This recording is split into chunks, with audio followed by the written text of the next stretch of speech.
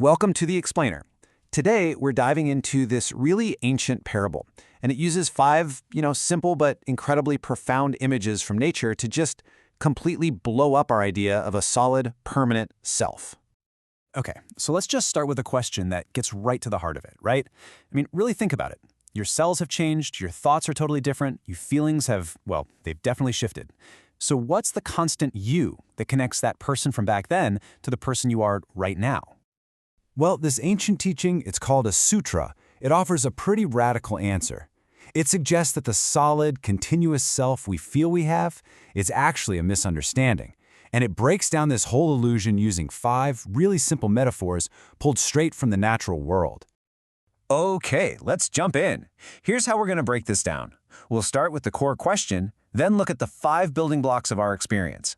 After that, we'll explore the amazing parables for each one, and finally, we'll get to the ultimate takeaway. So the story kicks off with the Buddha just observing a river. He's watching things flow, change, and appear, and this whole scene gets him thinking about this really fundamental question. What is this thing we call a self? Is it something solid and permanent, or is it maybe more like the river itself? And the answer the sutra gives is, well, there isn't one single self. Instead, what we experience as me is actually a combination of five separate parts, or aggregates, that are just constantly changing, constantly in flux. Yeah, in Sanskrit, they're called the five skandhas. And that literally means five piles or heaps. I love that image. The idea is that your self isn't some solid statue, right? It's more like five piles of sand, constantly shifting, constantly interacting, creating this moment-to-moment experience of being alive. So here they are, the five piles. You've got your physical form, your body. Then your raw sensations, feelings. Third, your perceptions, which are basically the labels you've put on those feelings. Fourth, your mental habits and impulses. And finally, the consciousness, the awareness that experiences the whole show. Now, let's use the sutra's parables to really dig into each one.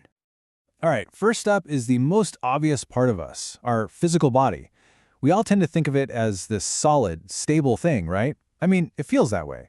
But this teaching, it offers a very, very different perspective.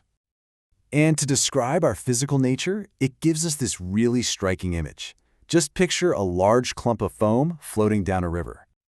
Now, what's so powerful about this image is how it forces a shift in perspective. From a distance, that foam looks like a single solid object. But if you get right up close, what is it?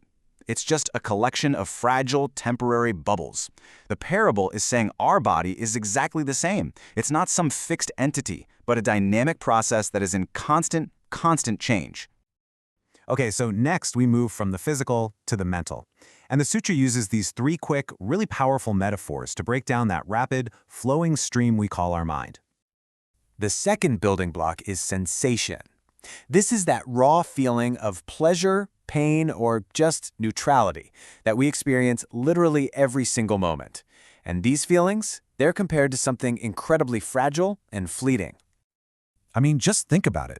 A feeling of joy, a flash of pain, it appears, it kind of shines for a second, and poof, it's gone. Just like a bubble, it has no solid substance. You can't grab it, you can't hold on to it. It's just a momentary event, not some permanent part of who you are. All right, the third component, perception. This is our mind's constant habit of labeling everything. Good, bad, tree, threat, friend. You get the idea. And this whole process is compared to an optical illusion. You know how a mirage on a hot road looks exactly like a real pool of water? But of course, it's just a trick of light and heat. There's nothing there. Well, in the exact same way, our labels and judgments about the world seem so real, but they're just mental projections. They're not the thing itself. And we are constantly mistaking our interpretation of the world for the world itself. Okay, the fourth parable digs even deeper. It's about our mental formations. Now, this is a big one. These are our habits, our biases, our deep-seated reactions and intentions, basically what we might call our personality. And here's the crucial point. If you take a plantain tree stalk and you start peeling away the layers, looking for some solid wooden core, you'll find nothing. It's just layers. That's it.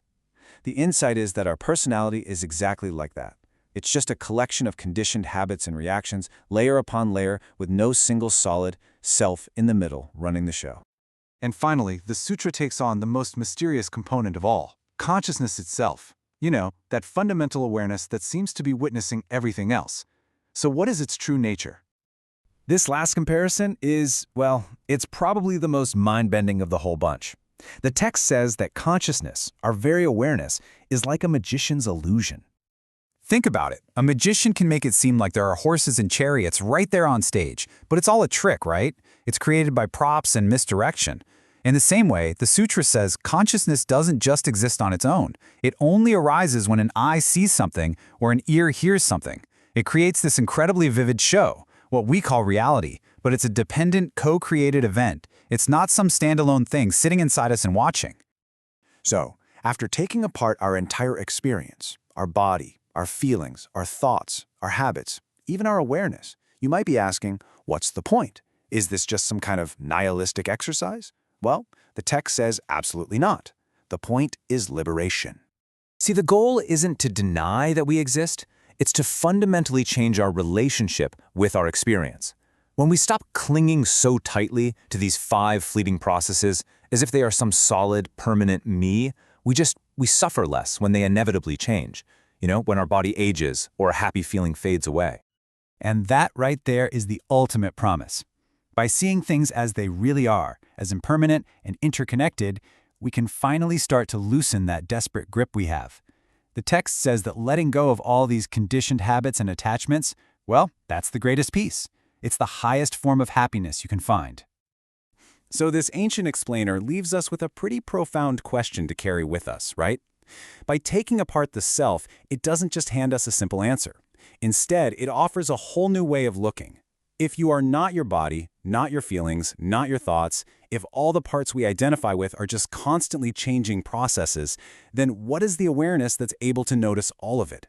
And that is a question worth exploring.